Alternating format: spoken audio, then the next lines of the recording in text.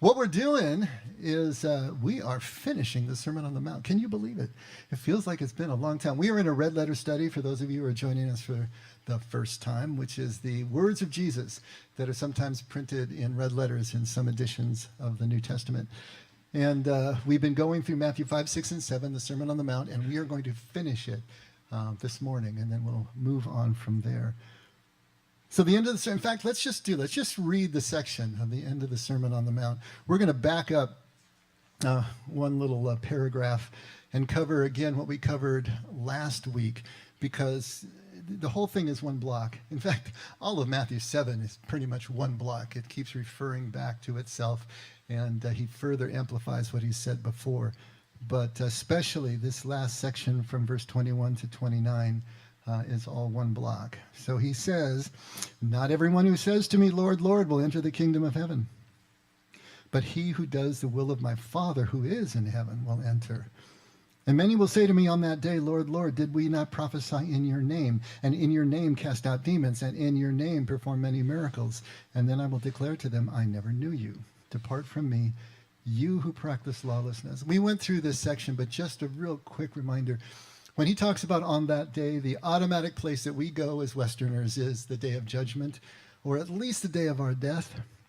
But we reparsed that and said what he's referring to is on that day of the previous sentence, on the day that you call out, "Lord, Lord," on the day that you're trying to justify yourself because you've worked so hard and you're entitled to something. Don't we all do that?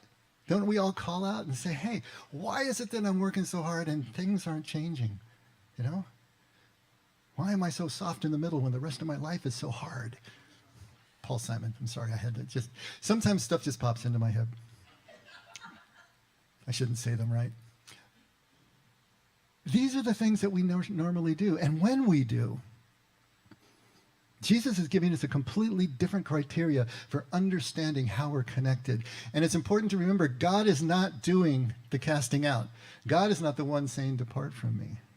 We are casting ourselves out, because as long as we hold that attitude that we need to perform in order to get God's approval, accomplish something in order to gain God's love and acceptance, then we're casting ourselves out of kingdom, because kingdom is a here-now experience, right here, right now, of that connection.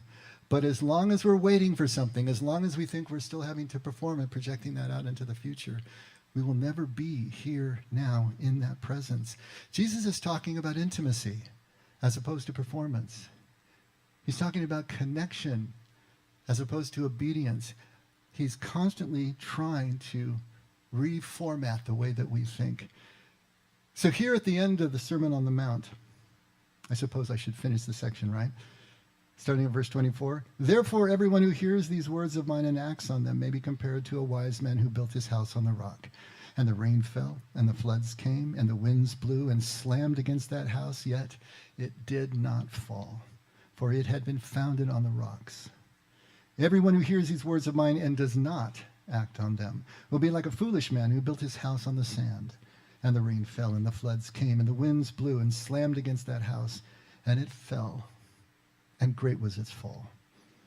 And when Jesus had finished these words, the crowds were amazed at his teaching, for he was teaching them as one having authority, not as their scribes." The Sermon on the Mount is an absolute masterpiece. I hope you have gotten a feel for how masterfully it's written, how it connects, how it drives the point further and further and further home, right to this final line here. It's self-contained.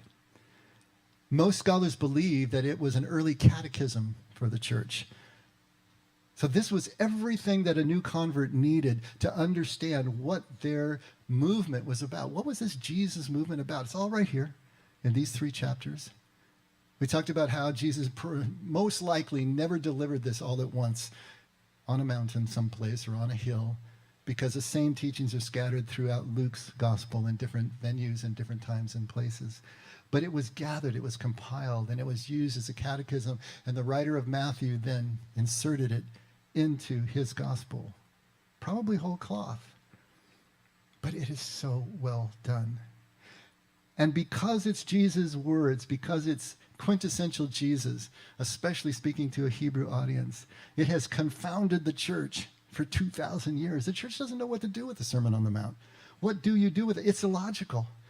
It doesn't follow Western logic. It's actually immoral in many places, telling us to do things that common sense tells us not to, at least from a Western point of view, and from a Western physical point of view, from a macro point of view, in terms of dealing with groups of people. Doesn't make any sense whatsoever. In fact, if you try to place the teachings of the Sermon on the Mount into a macro context, try to use it to govern a group, you will have nothing but complete anarchy. These teachings resist any sort of hierarchy. These teachings resist any way of structuring a group and a group's life. It puts the least first. It turns everything upside down.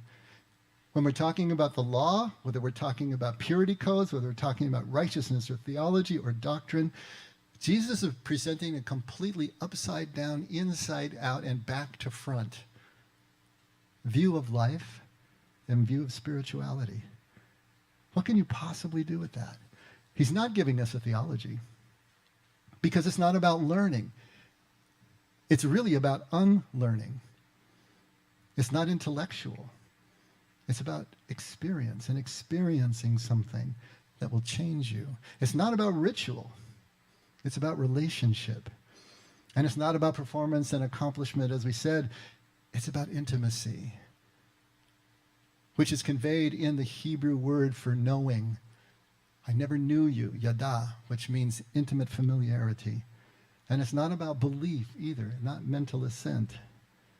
It's about action as if you really do believe, even when there's no evidence for that belief, which is what faith is all about. Now, the sermon is pretty much anti-macro. You cannot build a church on it with no hierarchy and no structure. This is why our church really is built on the writings of Paul, not on Jesus. Because Paul gives us structure. Paul gives us boundaries. He needed to because he was working with groups of people. Jesus was always working one-on-one, trying to get individual heart lights to turn on, different context. Now, individuals can get what Jesus is talking about in the Sermon on the Mount, and individuals do. My biggest hero of the church, and the one who got the gospel probably better as well as anybody, was Francis of Assisi. He called himself the jongleur de Dieu, and my French is terrible, but it means God's juggler or God's clown. That's how he saw himself. He would stand on his head so that he could see the world the right way. This is who Francis was. Francis got the gospel. Francis got the Sermon on the Mount. But guess what? The Franciscans don't. His order doesn't, but it's inevitable. As soon as you take that individual living of this gospel, living of this message, and translate it to a group, you've lost it. It's just the way it works. Groups can't live the gospel. There's really no such thing as a Christian company. No such thing even as a Christian church. There are churches that can be composed of those who are really following Jesus. But it's an individual, inside-out, bottom-up experience. Very different than the way we tend to look at it in the West. But it's inevitable because the sermon is turning the world upside down in order for us to have an experience. Jesus isn't doing this willy-nilly. Everything that he's presenting to us is clearing the way for us to be able to have an experience. The experience is what he calls kingdom. Have this personal experience that changes everything for us. Now, in our loneliness and in our fear, we're always looking to control things. We're always looking to make them certain. We want to define them. We want to define the life out of them. We want to defend our positions once we have them. But Jesus knows that that very attitude, that perspective, that way of living life is the guarantee that we will never connect. We will never experience kingdom that he's trying to get us to experience, because that requires the letting go. That requires the descent. That requires the opposite of everything that we typically do in our fear and in our loneliness. What Jesus is doing here in the Sermon on the Mount is a great reset. What he's really doing here is rebooting our systems. And think about what that means in your computer life, right? To reboot our systems, to actually wipe the hard drive and take us all the way back to factory specs. This is what Jesus is trying to do with this message. The entirety of the Gospels, but condensed here, put here in a very particular order here in the Sermon on the Mount. Make no mistake, the Sermon on the Mount is a system reboot. Control, Alt, Delete, right? Shut down, pull the plug. System restore, back to a point before all that other stuff set in your life. This is what Jesus is trying to do. He's trying to reboot us. All the way back to a time when we were in the garden, when we didn't know we were naked, when we walked with God in the cool of the evening, and that connection was completely unaware, but completely lived out. We didn't know we were naked. This is where Jesus is trying to take us back to, but with our full cognition, with our full volition. We can still choose. We can still think of ourselves as ourselves, not like a child does, but also with the ability to undefend, with the ability to become completely vulnerable, completely naked. It's the only way to come to the Father. That's what he tells us. The only way. I am that way. Look at me. It's the only way to come to the Father. It's the only way to come home. Now, we were seeing the movie Contact.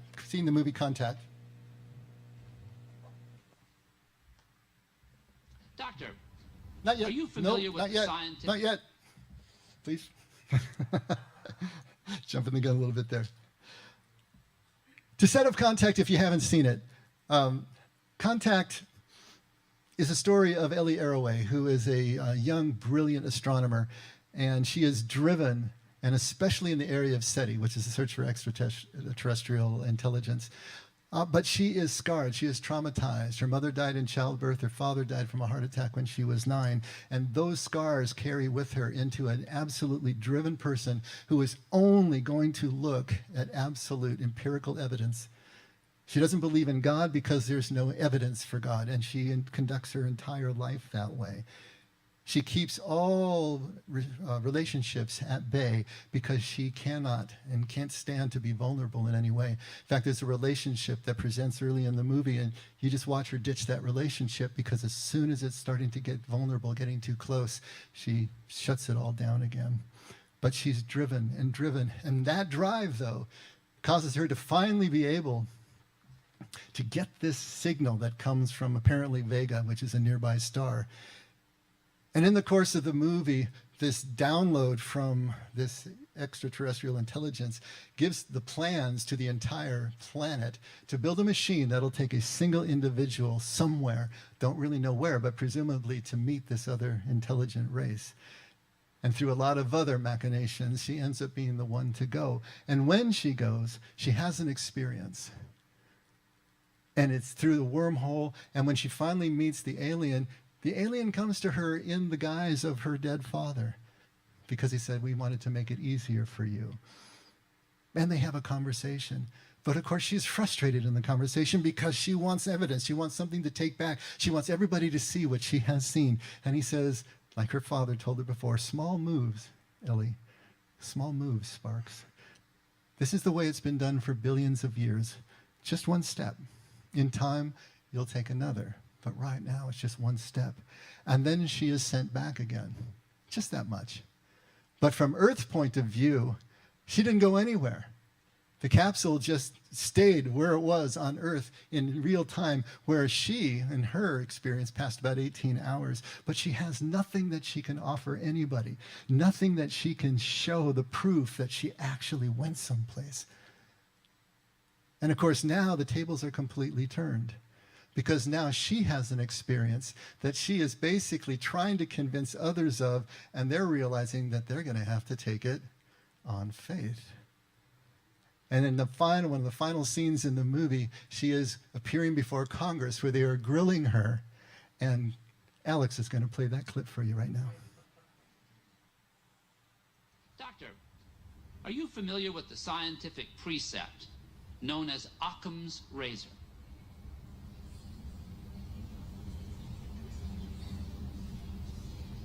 Yes. It means that all things being equal, the simplest explanation tends to be the right one. Exactly. Now, you tell me, what is more likely here? That a message from aliens results in a magical machine that whisks you away to the center of the galaxy to go windsurfing with dear old dad, and then a split second later returns you home without a single shred of proof? Or that your experience is the result of being the unwitting star in the farewell performance of one S.R. Haddon, a man with the means, the motive, and the opportunity to play you, and indeed the rest of us, as pawns in the biggest, the most elaborate, the most expensive hoax of all time. Dr. Irway, you come to us with no evidence, no record, no artifacts, only a story that, to put it mildly, strains credibility. Over $500 billion was spent. Dozens of lives were lost. Are you really going to sit there and tell us we should just take this all on faith? Please answer the question, Doctor. Is it possible that it didn't happen? Yes. As a scientist, I must concede that. I must volunteer that. Wait a minute, let me get this straight. You admit that you have absolutely no physical evidence to back up your story. Yes. You admit that you very well may have hallucinated this whole thing. Yes. You admit that if you were in our position, you would respond with exactly the same degree of incredulity and skepticism. Yes. Then why don't you simply withdraw your testimony and concede that this journey to the center of the galaxy, in fact, never took place? Because I can't.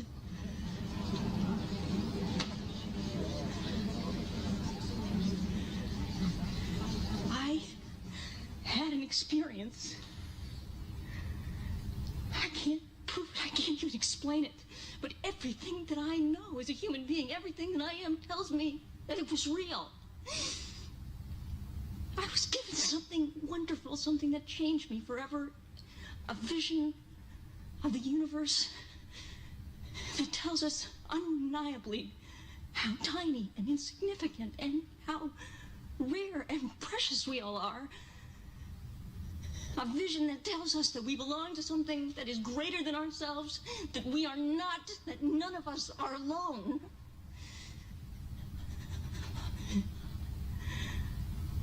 I wish I could share that. I wish that everyone, if even for one moment, could feel that awe and humility and hope. But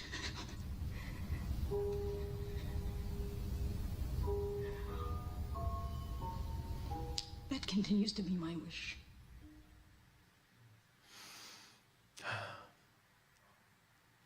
Have you ever felt that way? In your faith walk? Something that you've experienced that is so precious and so real, and you want so badly to give it to somebody. Maybe it's your children. Maybe it's a spouse. Maybe it's a friend. And you just can't. You can't transfer it. It's your experience. It's only your experience. It's just the way it's been done since humans have been walking on the face of the earth. But there is nothing that will shake your conviction that something took place, even if you can't give it away. Ellie is someone whose system was completely rebooted. Her tribe was wiped. She's still who she is, and she will still pursue being a scientist. But she is literally born again. What do you think Jesus is talking about when he talks about being born again? He's talking about having an experience that completely changes the fabric of everything that you think you know and the way that you see life from now on. System reset, reboot. The past trauma in her life, still there, but it no longer represents her glass ceiling. It no longer is blocking her from a new perspective, a new way of understanding life, of incorporating loss into it. She is now able to be vulnerable again. If that wasn't vulnerability in front of Congress, then what is, right? But she'll be able to finally pursue relationship for the first time in her life. And yes, this is just a movie, but this is our journey as well. It just happens to be described pretty well in the screenplay. This is our journey. This is the journey. It's everyone's journey. And Jesus is showing us the way to have the experience, to have the vision that will change us forever. To finally understand that we are not alone, no matter how much evidence there is to the contrary. That we are part of something much greater than ourselves. That we are inextricably linked to that something greater. But that we can never transfer all of that knowing to another person. I wanted to read another little bit for you, this time from Thomas Merton. And as I'm reading it, do a double think and connect it to what you just heard Ellie say. If you know anything about Thomas Merton, he was a Cistercian Trappist monk. He entered the monastery in the 40s. He died in 1968. He entered the monastery from a very worldly and secular life as a young man because he wanted to be a part. He had had an experience that changed him. And he wanted to express it by taking his life and dedicating it, setting it apart from everything else and setting it apart from the world in a cloistered monastery in a way that he could just be alone with God and deepen what that meant to him from the vision and the experience that he had. But then one day he went shopping in downtown Louisville. And listen to what happens. In Louisville, at the corner of 4th and Walnut, in the center of the shopping district, I was suddenly overwhelmed with the realization that I loved all those people, that they were mine and I theirs, that we could not be alien to one another, even though we were total strangers. It was like waking from a dream of separateness, of spurious self-isolation in a special world, the world of renunciation and supposed holiness. The whole illusion of a separate holy existence is a dream.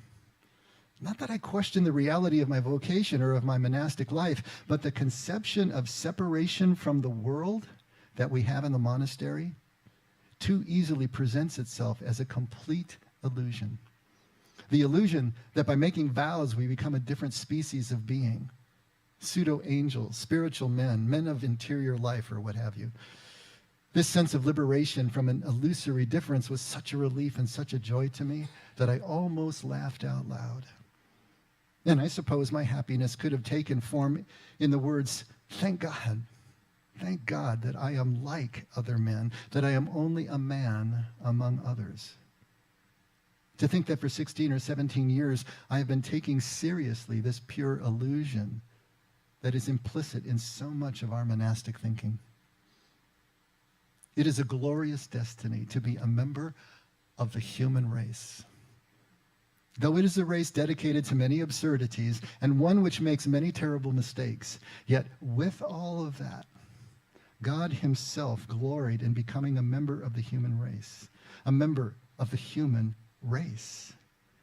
To think that such a commonplace realization should suddenly seem like news that one holds the winning ticket in a cosmic sweepstakes. I have the immense joy of being human, a member of a race in which God himself became incarnate. As if the sorrows and stupidities of the human condition could overwhelm me now that I realize what we all are. And if only everybody could realize this, but it cannot be explained. There is no way of telling people that they are all walking around shining like the sun. Do you hear Ellie in that? That same breathless awe, the excitement, the frustration, because it can't be explained. It can't be shared. It can't be transferred. It can't be bestowed. It can only be experienced firsthand, in person. And having the experience doesn't change anyone except the experiencer, the one who had the experience. But of course, others can see the differences in you once it takes place. Let's take a look at that last line again, at verse 28, Matthew 7. When Jesus had finished these words, the whole Sermon on the Mount, the crowds were amazed at his teaching, for he was teaching as one having authority and not as their scribes. One having authority. He was striking to them. He had a deep conviction that they weren't used to hearing from others and their other religious leaders. He was fully integrated. Everything he said rang true to his core. And the more you got to know Jesus, you realized that everything he said reflected only what was within. He was one thing all the way through. And so what he said rang as truth in their ears. There was a connection that only a powerful experience could engender in an individual.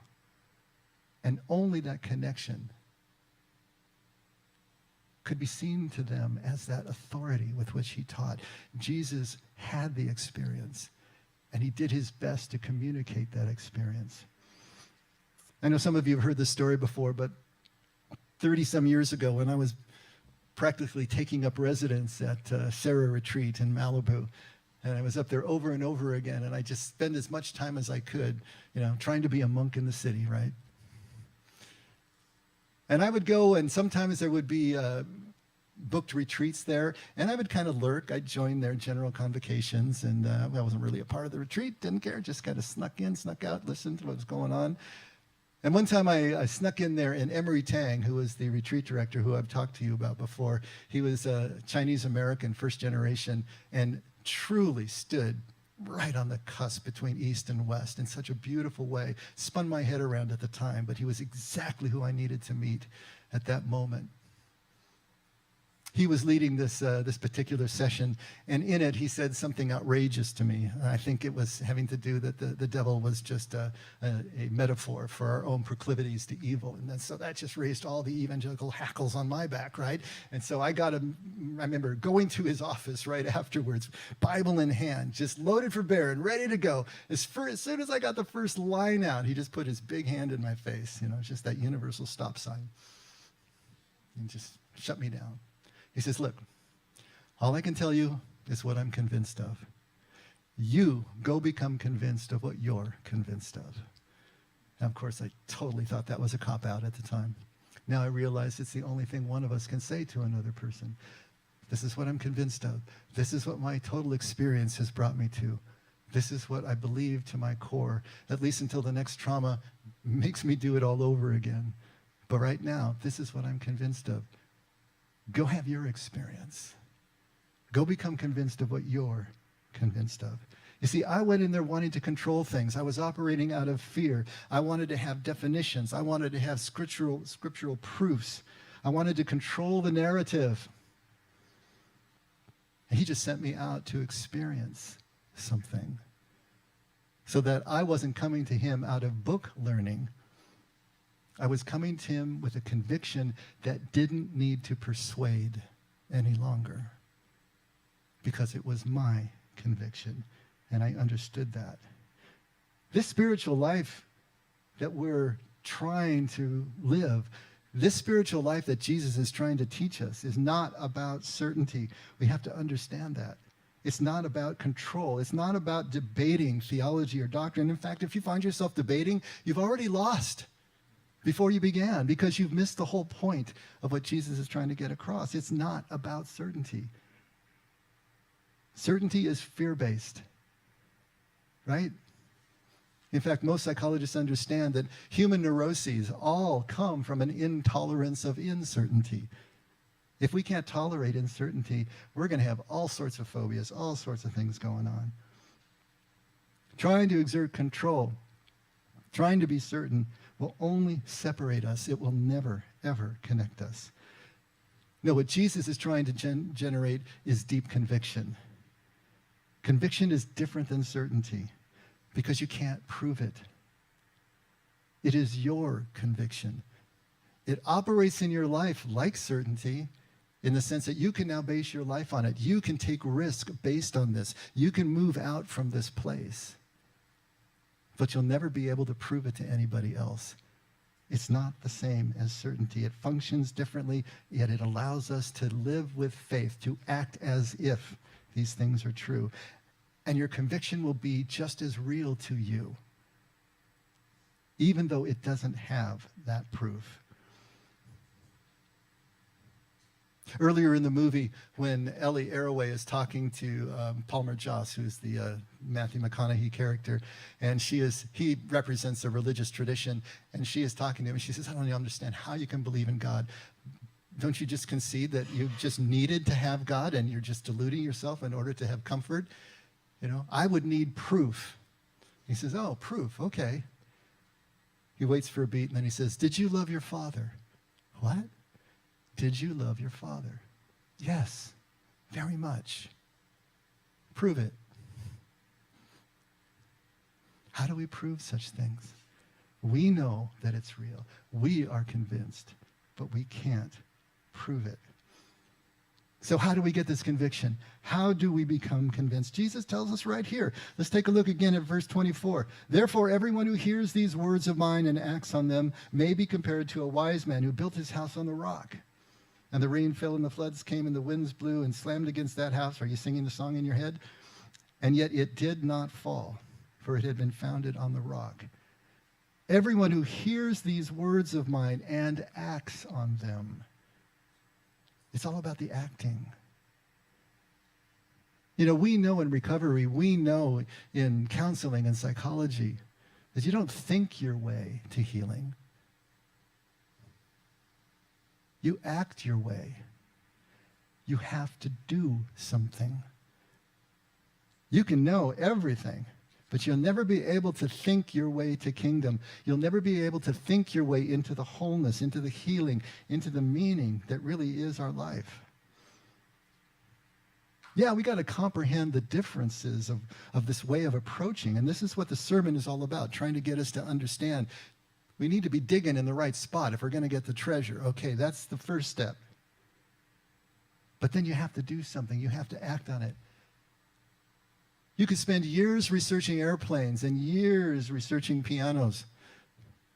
Know everything there is about airplanes and pianos. Does that make you a pilot?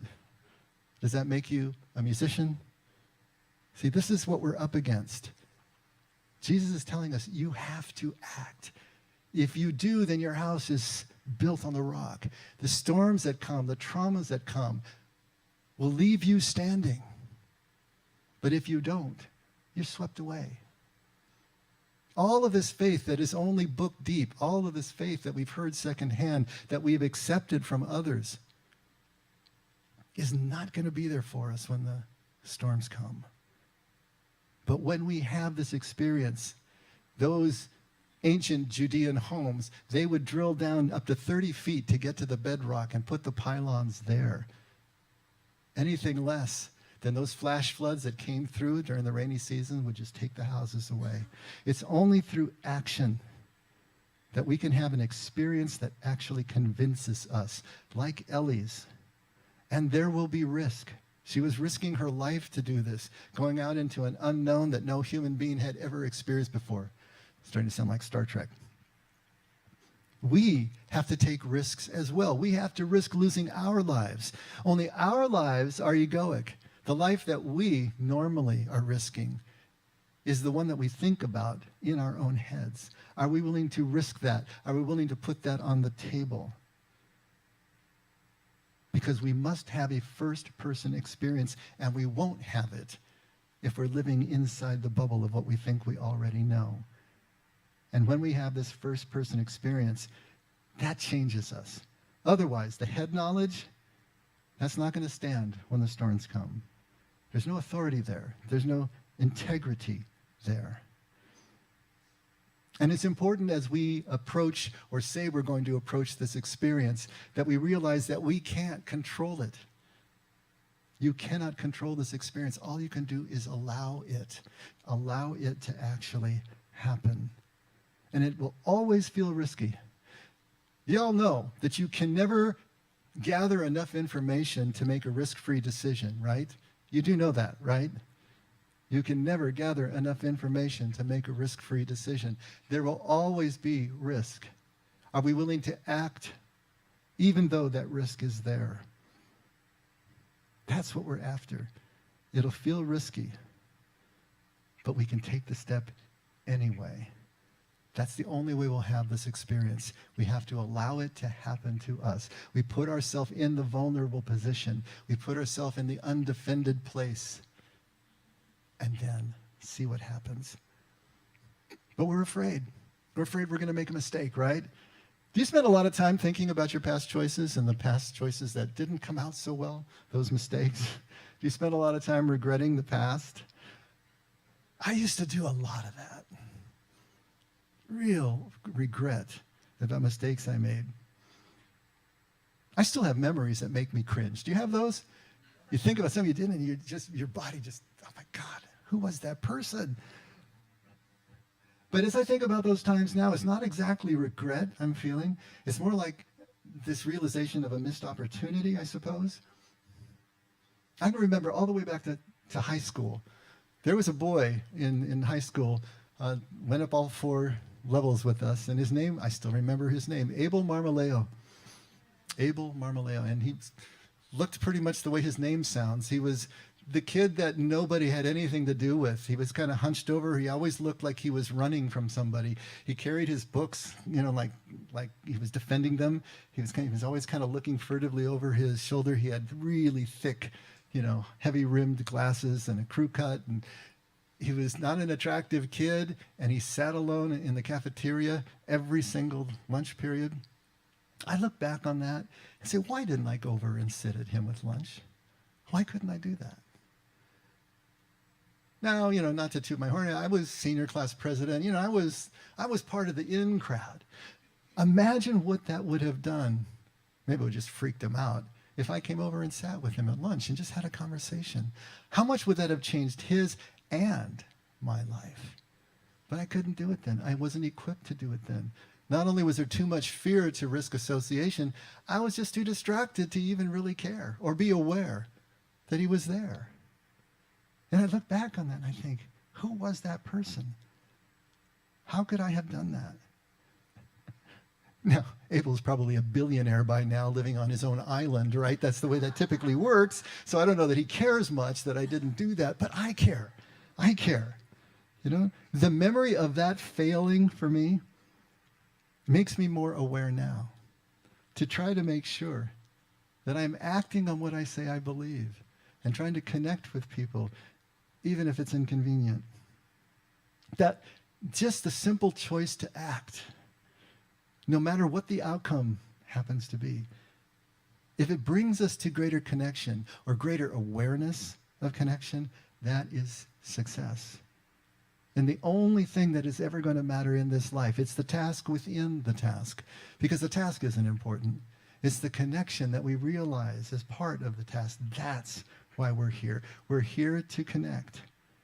And we cannot have the experience of connection until we act on the beliefs that we are worthy of connection and become willing to be undefended. And in that experience of connection that we have with each other, then we become convinced that we're not alone because we're living it. That life really does have meaning that we'll only find in those moments of connection. And we don't gain certainty in our experience. There's no proof. It's just the conviction, and that's enough. And when we embark on this journey, act on this upside-down view that the sermon is giving us, what do we become convinced of? I can only tell you what I'm convinced of course. And what I'm now convinced of is just one thing. There's only one thing that I'm absolutely convinced of. And I did this 30 years ago, went down all the essentials of Christianity and all the other things that people told me had to be true in order for me to be a good Christian, to be approved by God. And I ticked them off one by one because I said, I can't be sure of that. I can't know that.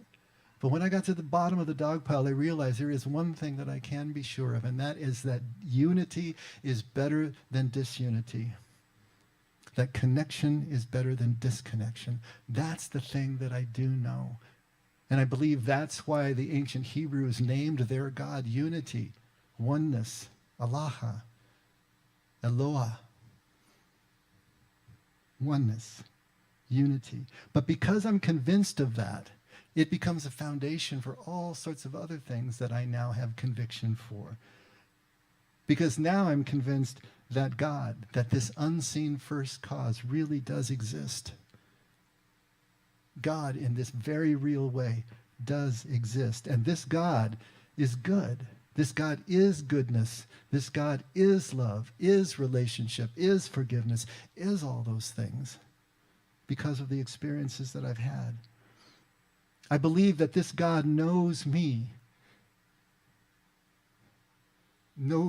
personally,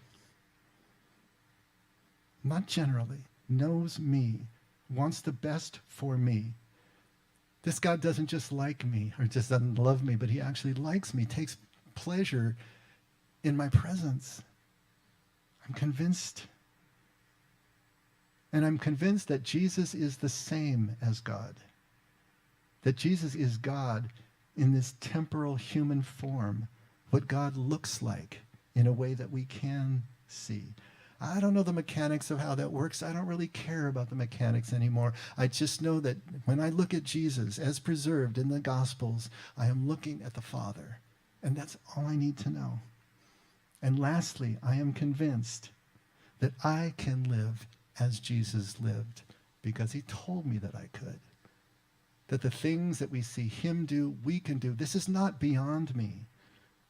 I can do this if I am willing to become undefended enough to have an experience that changes everything.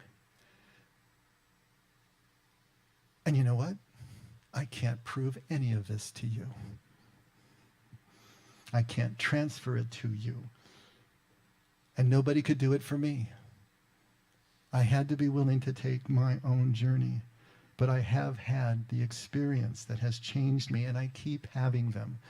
Every day that I'm willing to go forth and be undefended, to put myself in vulnerable positions, I will have another experience and another that will just deepen my conviction, driving those pylons further and further down into the bedrock.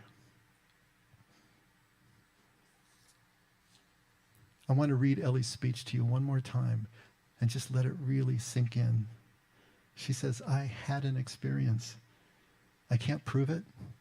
I can't even explain it. But everything I know as a human being, everything I am, tells me that it was real. I was getting something wonderful, something that changed me forever.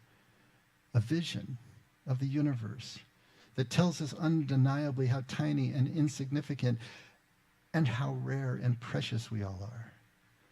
A vision that tells me that we belong to something that is greater than ourselves and that we are not, that none of us are alone. I wish I could share that. I wish that everyone, if only for one moment, could feel that awe, that humility and hope. But that continues to be my wish. That continues to be my wish as I get up here every Sunday, as I talk to you on the phone and text and email. It continues to be my wish that everyone, every single person, for just one moment, could feel that awe and that humility and that hope of an experience that can't be explained. It can't be proven. But see, there's nobody who can tell us that we're not alone. There's nobody that can tell us that we're all walking around shining like the sun. We have to go have our experiences. Jesus tells us where to look. that if we are willing to reboot our systems and wipe the hard drive, that rebirth in us will allow us to have the experience so we can become convinced of what we're convinced of. And that makes all the difference. Let's pray.